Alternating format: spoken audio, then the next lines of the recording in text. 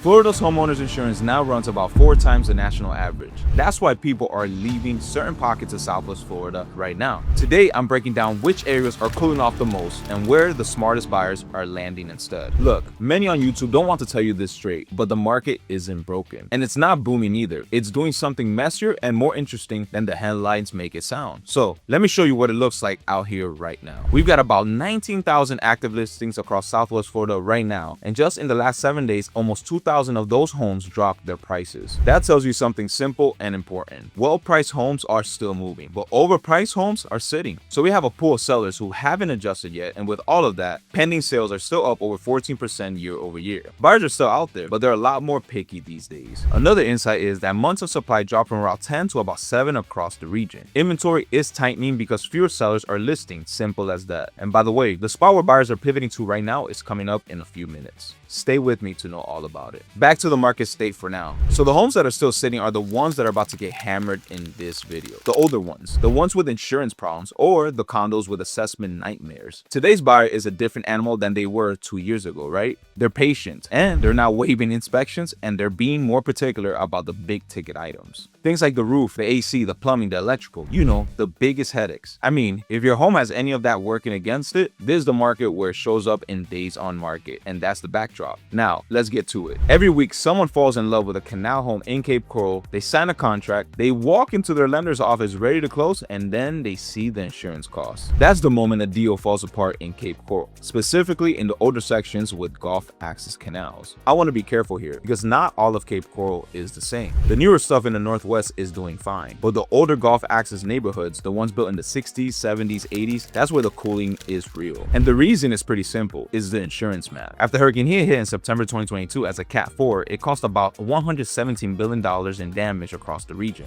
It was one of the costliest natural disasters in US history. And almost 4 years later, the insurance fallout is still changing how people buy out here. The statewide average for homeowners insurance in Florida right now is around $11,759 a year on a $300,000 coverage. That's before you even talk about flood. We're still only talking about homeowners here. So if you're in a newer inland home in a Zone X area, you're probably looking at homeowners insurance somewhere in the low to mid thousands a year, and flood insurance being optional. But the second you cross into a high-risk flood zone area like AE, that's where the math changes fast. Areas in Zone AE are inside the 100-year floodplain, and if you have mortgage, flood insurance most likely required. In Cape Coral, the older Gulf access homes in Zone AE can see flood premiums alone running $5,000 to $7,000 a year. So when you stack everything together on an older Gulf access home, you can be looking at $8,000 to $13,000 a year in combined insurance, sometimes more. And there's one more thing to keep an eye on. After Ian, FEMA pulled Cape Coral's long-standing flood insurance discount because of some compliance issues, which triggered another 25% surge in NFIP rates on top of everything else. That's where the math falls apart. Depending on the home, you could potentially add $400 to $1,000 a month in insurance alone. That could be more than the principal and interest on the actual loan. And for a buyer on a tight budget, that's it, right? End of talk. Oh, and real quick on the language, I keep saying Gulf access canals, that's intentional. Don't call them saltwater canals when you're shopping out here. The locals will notice. The local term is Gulf access, and that's the one that matters because that's the one that tells you whether the canal connects out to open water. But that's also where the insurance premium lives. That's an insider tip for you if you're from out of state. Now, Cape Coral values overall are down a bit year over year, but the spread is wider than that headline number. Older Gulf access homes in Zone AE are seeing sharper corrections than the newer elevated stuff in Zone X, and that's what's cooling on the waterfront. But Cape Coral isn't the only place where buyers are walking. Downtown Fort Myers is right there with it, just with a different reason behind it. Real quick, before we get into the cooling spots, if you're either relocating to Southwest Florida or already here, trying to figure out if you should pivot inland, this is what I do every day. Check the description for my contact info and reach out. Alright, let's get back to it. If you've ever wondered why a perfectly nice condo in downtown Fort Myers has been sitting on the market at the right price, this is your answer. It comes down to 4 simple letters, SIRS. Let me break it down in plain English, because this is the thing that's squeezing condo owners across Florida right now. Back in 2021, the Champlain Tower South building collapsed in Surfside, and 98 people died. It was a tragedy. And in response, Florida passed Senate Bill 4D, which requires structural inspections for all condo buildings 3 stories or higher. It also requires what's called a Structural Integrity Reserve Study, SIRS. For decades, condo associations in Florida could waive their reserve funding to keep monthly fees low, and older buildings did exactly that. Year after year, they kicked the can. But that ability to waive reserves for structural stuff is gone. By now, the grace period has been extended a couple of times. The state signed HB 913 June 2025 to give associations a little nor a breathing room.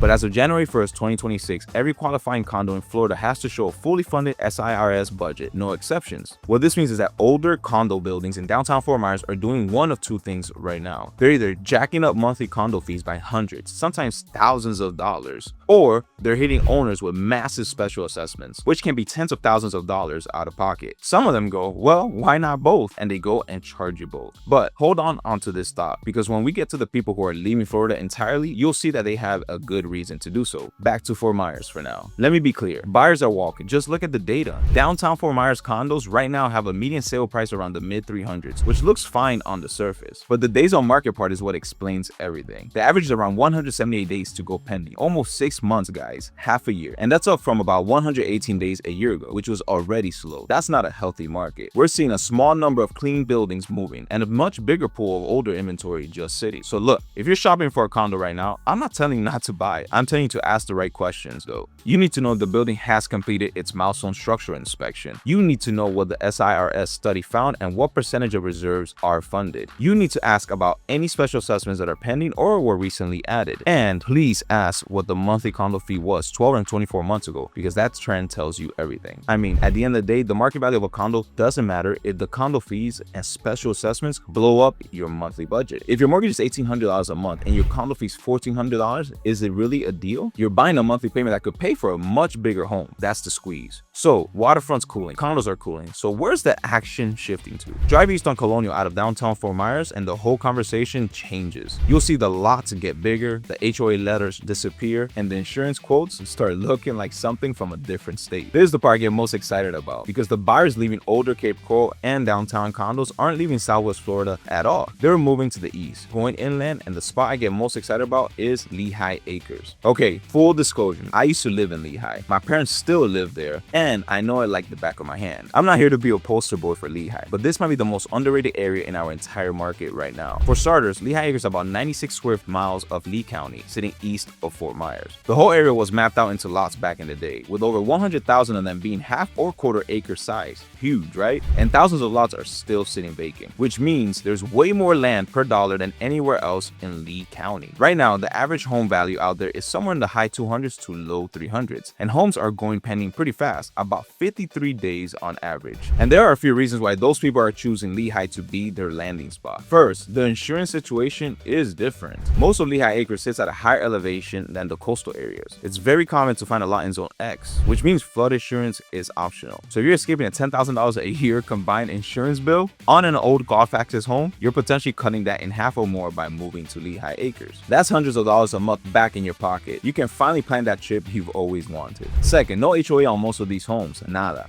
Zero. That's used for the type of buyer I see moving out here. I'm talking about contractors, tradespeople, folks who run their own businesses out of their truck. You can store your work truck on your property. You can park your boat in the driveway. You can even have a trailer, an RV, and other equipment you can fit in your yard. You can't do that in many parts of Cape Coral and Fort Myers. For the working folks who got priced out of the coastal areas, Lehigh just makes sense. And the commute's not bad either. They're not selling for anything over here. You're looking at about 20 to 30 minutes into downtown Fort Myers and about 35 to 45 minutes down to Naples on I-75. Lehigh isn't out in the middle of nowhere. Just a bit to the east and you get there. So don't sleep on it. Lehigh's got real potential right now. Now, the second area I want to call out is Alva, which sits north of Lehigh along the Caloosahatchee River. It's a bit more rural, but for the right buyer, it's amazing. Home values in Alva are running around the high 300s to low 400s, and you're typically getting 1 to 5 acres of land, but you can also find some bigger ones too. Here, you're getting waterfront on the Caloosahatchee River at prices way below what you pay for coastal waterfront. Plus, you're getting rural character without lots of code enforcement, but it's not for everyone. This is a slower, quieter area, and the buyer pool is smaller. But for the displaced buyer who wants line and quietness, Alva delivers. Oh, and I'd put Buckingham in that same category. It's right next to Alva. Also semi-rural, big lots and no HOA culture. It's the same profile, similar price range. These inland pockets are where the buyers are paying attention are setting up, but not everyone moving away from older Cape Coral or downtown condos is staying in the region at all. To be real, some folks aren't going east, but packing it up and crossing the state line. Still though, this isn't doom narrative. I'm just telling you that this is also happening. Remember that 4 times the national average insurance stat I opened with? Yeah, no wonder people are leaving, and I get them. For a 500,000 home in places like Sarasota. Total carrying costs can get close to $44,000 a year. When you stack insurance, taxes, HOA, and maintenance, yikes, think about what that could get you in a decade. And most retirees on fixed budgets just can't absorb it. That's why most are heading to Tennessee, Nashville, Knoxville, and Murfreesboro. They do that because the cost structure is way lower and you can carry a comparable home for thousands less per year. Some are even heading to North Carolina or Georgia, but the silver lining is that some of them aren't leaving Florida at all. They're just moving up to Charlotte County, Punta Gorda specifically. The cost of living up there is around 6% below the national average, and the market corrected pretty hard heading into 2026. Home values therefore almost 6% year over year, which was one of the steepest drops in Florida, and that opened the door for cost-conscious buyers who still want to be in the area. So look, this won't apply to everyone watching. Many of the people leaving Southwest Florida entirely bought before the post-Ian insurance reality fully hit, and now they can't sustain it. But if you're a buyer relocating here, it's a conversation you need to have with yourself up front. Know what the carrying costs look like. Know what your budget can absorb in 5 years if insurance keeps moving. That's the whole reason I'm making this video. So let me bring it all together. Every cooling spot in Southwest Florida shows the same pattern, where the carrying costs finally outrun the lifestyle. So if you're trying to figure out which side of this market your next move belongs on, email me at german@swflhouses.com and we'll run the carrying costs together before you commit to anything. For anyone trying to figure out where the smart money is buying in Southwest Florida before the next round of price movement, the next video walks through the 4 corridors with $700 million developments breaking ground and Fortune 500 employers already pulling in talent. Alright, thank you so much for watching, and I'll see you in the next one. Take it easy.